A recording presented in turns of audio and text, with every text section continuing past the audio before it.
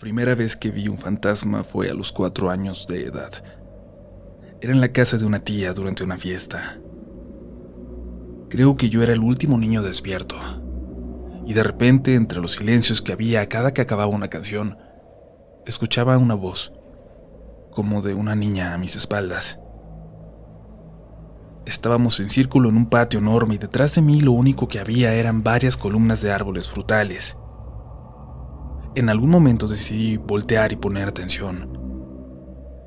Entre los árboles, asomada, nos observaba una niña. Su cara era completamente blanca, de una palidez sobrenatural, y vi cómo corrió, pero sin mover los pies, para colocarse detrás de un árbol que estaba apenas a 3 metros de nosotros. De ahí, se siguió asomando. También fue esa noche cuando descubrí que no todos podemos verlos. Me hubiera gustado que esa fuera la única historia de fantasmas que tendría para contar a partir de entonces, pero no fue así. La que debo contarles es una historia que cambió mi vida, la de todos los que tuvieron la desgracia de haber estado cerca de su epicentro. Nos cambió a todos. Nos mató a todos, de una forma o de otra.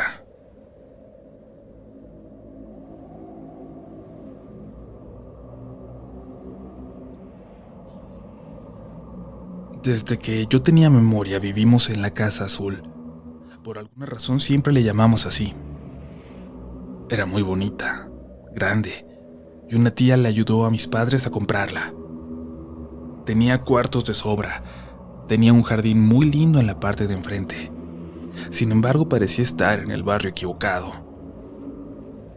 Era una casa de ricos en una colonia muy pobre, pero decían que no siempre fue así, que hace muchos años solo era una hermosa casa construida a la orilla de un arroyo, con kilómetros y kilómetros de verdes campos alrededor, y fueron surgiendo poco a poco las casitas de cartón. Una por aquí, otra unos metros más allá, todas invadiendo terrenos que no eran de nadie. Al final surgió una colonia de pocos recursos, donde vivía gente en casas hechas con los materiales menos imaginados. Pero bueno, cualquier cosa, supongo, es mejor que vivir en la calle. Desde la ventana de la sala se veía un barranco de 6 metros que daba al arroyo. Ahora, el agua que corría por ahí olía a veces a detergente y otras tantas, la mayoría, a aguas negras. A pesar de ese olor terrible, siempre me gustó bajar. Salía, escapaba a través de un hoyo escarbado bajo una parte de la cerca. A mis papás no les gustaba que yo saliera ni a la tienda. Es una colonia muy peligrosa, decían. Y no éramos ricos, jamás hubiéramos podido pagar una casa de la mitad del tamaño de esa en otra colonia de la ciudad. Pero yo sabía que nuestra presencia, que viviéramos ahí, en esa casa, nos hacía mal vistos por la mayoría de los habitantes del lugar. La primera vez que escapé y que vi nuestra casa desde abajo, desde el canal, me di cuenta de lo realmente diferente que era todo lo demás. Cada piedra, cada cerco, hasta los árboles alrededor, estaban marcados, rayados, llenos de grafitis. Sin embargo, la barda de nuestra casa permanecía intacta, limpia, ni un solo rayón. Yo no entendía ese respeto, ya que por el lado del arroyo no había forma de que mi papá o cualquiera en la casa se diera cuenta de que alguien estaba ahí rayándola. Pero bueno, escaparme por ahí se me empezó a hacer una adicción. Salir a jugar con los niños de las casas vecinas. La verdad, todos me miraban con desconfianza, excepto Memo, que a pesar de ser apenas un año mayor, era mucho más alto que yo y me adoptó como un amigo antes de que yo siquiera lo considerara como tal. Gracias a él me salvé de varias golpizas que yo ni siquiera sabía que estaban a punto de darme. Memo vivía justo en la casa frente a la nuestra, pero del otro lado del arroyo. Desde la ventana de mi cuarto podía ver su puerta trasera. Así, lo vi muchas veces a él y a su mamá salir a llorar luego de que su papá llegara borracho. Memo era la única persona en quien mis papás confiaban para que viniera a la casa. Yo tenía unos 8 años cuando ocurrió el accidente. Mi mamá y yo nos accidentamos en el taxi en que viajábamos rumbo a casa de la abuela. Un camión se nos dejó venir en sentido contrario y el taxista apenas pudo esquivarlo. Nos estampamos en un poste de luz. El chofer, el único que no llevaba cinturón de seguridad, terminó a 8 metros de su taxi. A nosotros nos tocó pasar unos días en el hospital. Cuando me quedaba dormido, aún internado, mi mamá entraba al cuarto y lloraba sentada en mi cama, solo viéndome. Yo la vi entre sueños, pero le decía que no se sintiera mal, que estábamos bien. Cuando nos dieron de alta, pasamos unos días en casa de la abuela para que nos cuidara durante el día que mi papá trabajaba. Y eventualmente, un par de semanas después, volvimos por fin a casa. Yo aún llevaba collarín. Pasé una tarde horrible, esa que llegamos. Apenas al entrar, sentí unas ganas terribles de vomitar y un dolor en la cabeza que parecía perforarme el cráneo. Le pedí a mi mamá una pastilla para el dolor y me fui a tomar una siesta. Necesitaba dormir aunque fueran unos minutos. Me sentía cansado, de verdad me sentía muy mal. Eran las 5 o 6 de la tarde. Atardecía. Me acosté en mi cama con la puerta del cuarto abierta y cerré los ojos.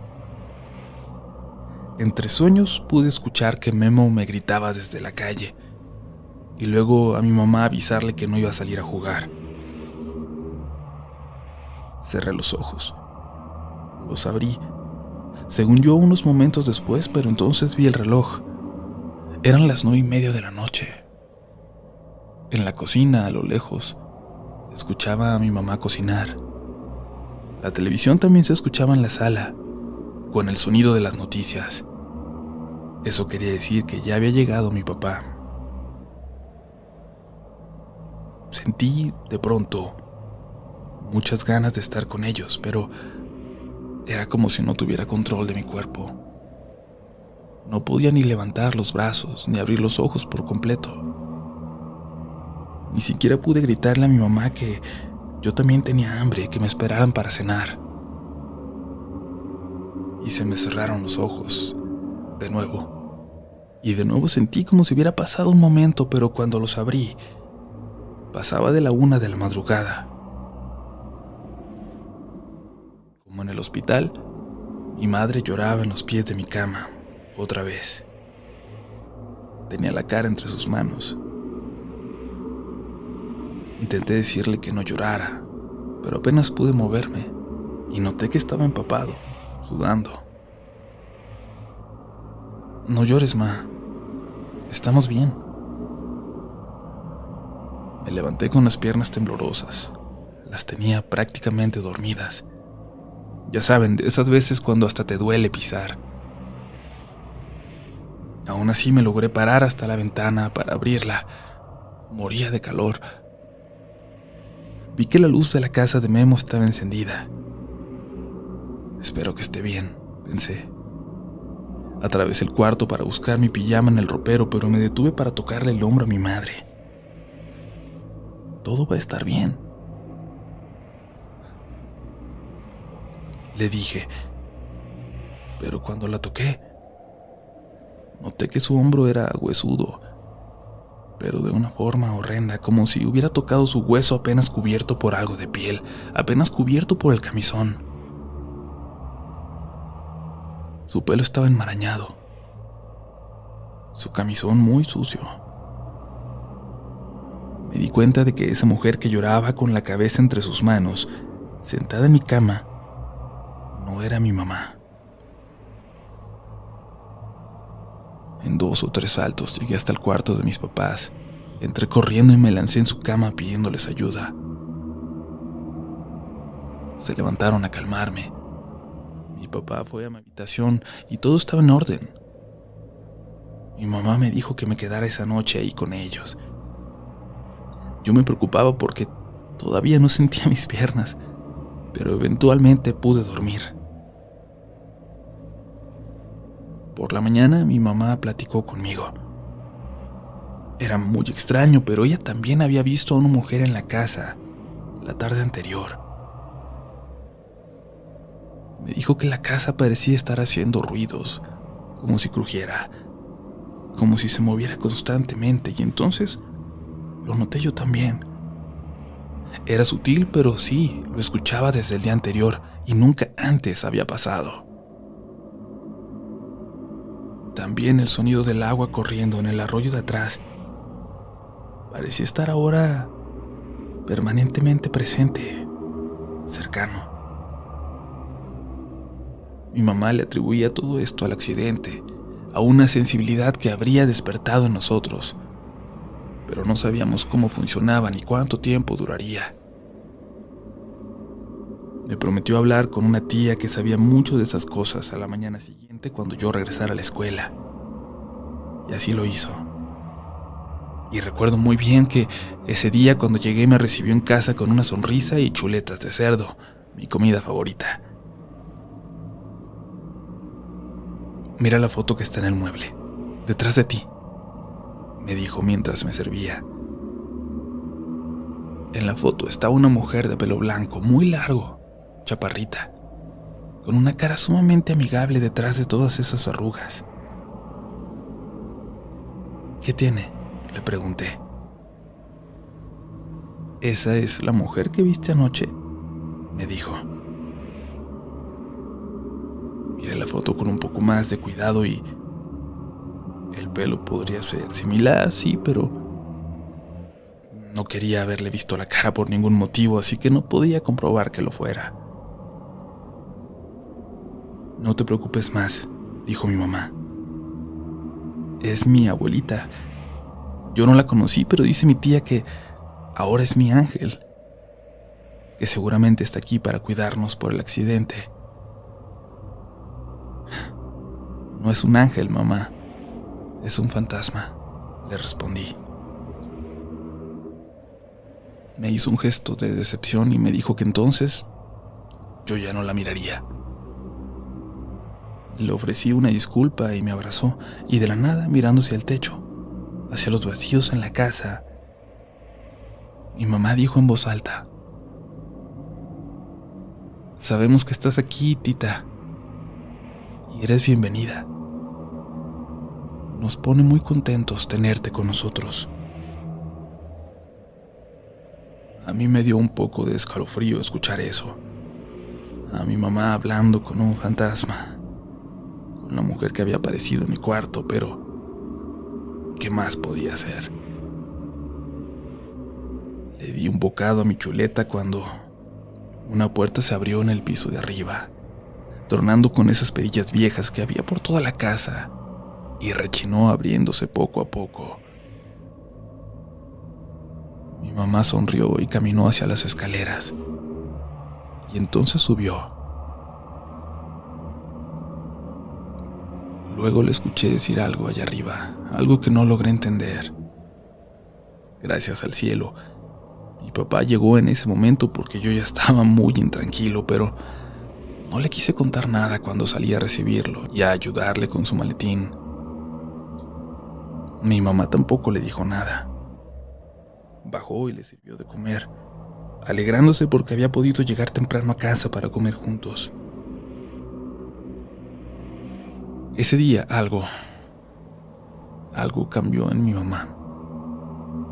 Comenzó a hablar por los rincones, en las habitaciones vacías, y se hizo cada vez más una costumbre el que me despertara un llanto en las madrugadas en mi habitación. A veces me atrevía a abrir los ojos, pero solo por un segundo, para intentar ver dónde estaba sentada esa mujer. A veces apenas alcanzaba a verla en la ventana, otras en la esquina del cuarto. Nunca lo suficiente para verla con claridad. No iba ni quería hacerlo de nuevo. La sensación de su hombro huesudo no había abandonado mis recuerdos y me llenaba de pavor. La situación me confundía, me provocaba un malestar permanente. Recuerdo con precisión ese día que comía en casa de Memo, unos taquitos de frijoles con queso que yo amaba, pero que Memo odiaba porque tenía que comerlos varias veces a la semana. Le platiqué lo que nos ocurría a raíz del accidente, lo que me decía mi mamá. Éramos unos niños, sí, pero Memo era lo suficientemente maduro para no burlarse de mí. Le platiqué de ese fantasma, de este ángel, como lo llamaba mi madre. De la tita, como le decía, que ahora rondaba por los pasillos de la casa, que estaba siempre presente de reojo, escondida en la oscuridad, y de la que solo sabíamos mi madre y yo porque mi padre ni la había visto ni le habíamos contado nada. Algo me iba a decir Memo, pero su mamá lo interrumpió al comenzar su frase. No entendía a qué se refería, pero noté que se dijeron algo con la mirada, algo de lo que yo no fui partícipe. Terminé de cenar y me despedí. Cuando iba hacia el arroyo, Memo me gritó desde la puerta de su casa, al lado de su mamá. Ven, te vamos a decir algo. Confundido, regresé y la señora me hizo pasar de nuevo, sin quitarle los ojos de encima a Memo. Me dijo que nos tenían que contar, porque podía pasar algo malo.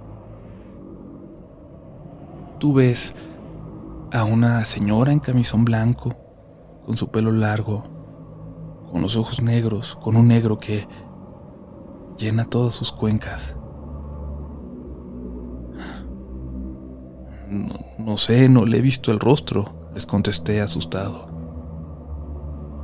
Mira, me dijo muy seria la mamá de Memo. Por lo que describes, lo que tú ves es una señora que siempre ha estado en esa casa, desde mucho antes de que ustedes vinieran. Por eso nadie se mete con ese lugar. Dicen que hace muchos años 2 muchachitos se metieron cuando la casa estaba sola para ver qué podían robarse. Y nunca salieron. A veces, de vez en cuando, podemos ver a esa señora asomada por las ventanas, mirando hacia el arroyo, a nuestras casitas de cartón, como si nos odiara. Un grito proveniente de mi casa rompió mi atención y salí corriendo de la casa de Memo. Casi salté ese pequeño puente con tablas que habían formado para unir ambos extremos del arroyo. Yo tenía miedo de voltear hacia las ventanas de la casa porque sentí que alguien me podía estar observando. Pero entonces levanté la mirada sin poder evitarlo. En efecto, una figura me observaba con enojo desde mi cuarto. Era mi madre. Entré apresurado a casa y pude ver apenas por una fracción de segundo la figura de una mujer que se metía a la cocina, pero sin moverse, sin mover sus brazos, sin mover sus pies, flotando, como si estuviera colgada de una soga y solo la estuvieran jalando para esconderla ya. Mi papá estaba en el piso frente a las escaleras. Tenía mucha sangre en la frente y la muñeca rota. Podía ver su hueso casi perforándole la piel. Antes de que pudiera preguntarle si se había caído, me advirtió. Alguien me empujó al bajar las escaleras. Corrí hasta mi cuarto donde estaba mi madre para avisarle. Le reclamé que no hubiera escuchado el grito de mi papá, siendo que yo lo escuché a 50 metros de ahí. Lo llevamos al hospital y mi papá no dejaba de ver a mi mamá con algo de desconfianza. Y digo, era normal que sospechara de ella si él no sabía nada de lo que estaba ocurriendo en esa casa, si estaban los dos solos ahí. Duramos unas horas en el hospital mientras lo atendían, y en el camino de regreso le conté todo. Como mi mamá no apoyó nada de lo que decía, guardando silencio, ocupada manejando con la tormenta que se había dejado caer, sentí que mi papá no me creyó. Regresamos a casa y yo ya estaba resignado a tener que convivir con lo que la habitara. Mi papá no lo creía, y mi mamá estaba convencida de que se trataba de un ángel. Yo sabía que iba a ser difícil, pero no tenía idea de cuánto. Días atrás, de alguna forma, el papá de Memo, en un arranque de bondad, de esos que tenía cuando se sentía culpable, le llevó un par de radios de juguete, de walkie-talkies. Memo me dio uno a mí porque era su amigo y además porque eran de juguete y solo tenían unos metros de alcance. Debo decir que casi me había olvidado de ellos hasta una noche, cuando me llamó para decirme que había salido mi mamá, pero por la parte de atrás hacia el arroyo. No lo creí, porque por ahí no hay forma de llegar a ninguna calle hasta cuadras más adelante cuando baja el arroyo y hay una forma de subir a un puente vehicular. Solo estaba yo en casa esa noche, así que tuve que salir para ver qué pasaba con ella, pero ya no la alcancé. No vi nada. Cuando regresaba a la casa noté cómo alguien cerraba rápidamente las cortinas de la ventana de mi habitación. Por eso me senté en la entrada de la casa, con miedo de entrar, hasta que llegó mi papá. Le dije lo que había pasado, que no estaba mi mamá, y la buscamos, por horas, por días, por meses. Tiempo después, alguna vez cuando la maldije frente a mis tías por habernos dejado, por no habernos dicho lo que estaba ocurriendo. Una de ellas me regañó y me dijo que yo no tenía idea de lo que ella había tenido que soportar, de lo que ella veía en esa casa. Ellas no tenían idea de que yo también podía ver a la mujer que la habitaba, pero algo me hace pensar que mi mamá podía ver algo más.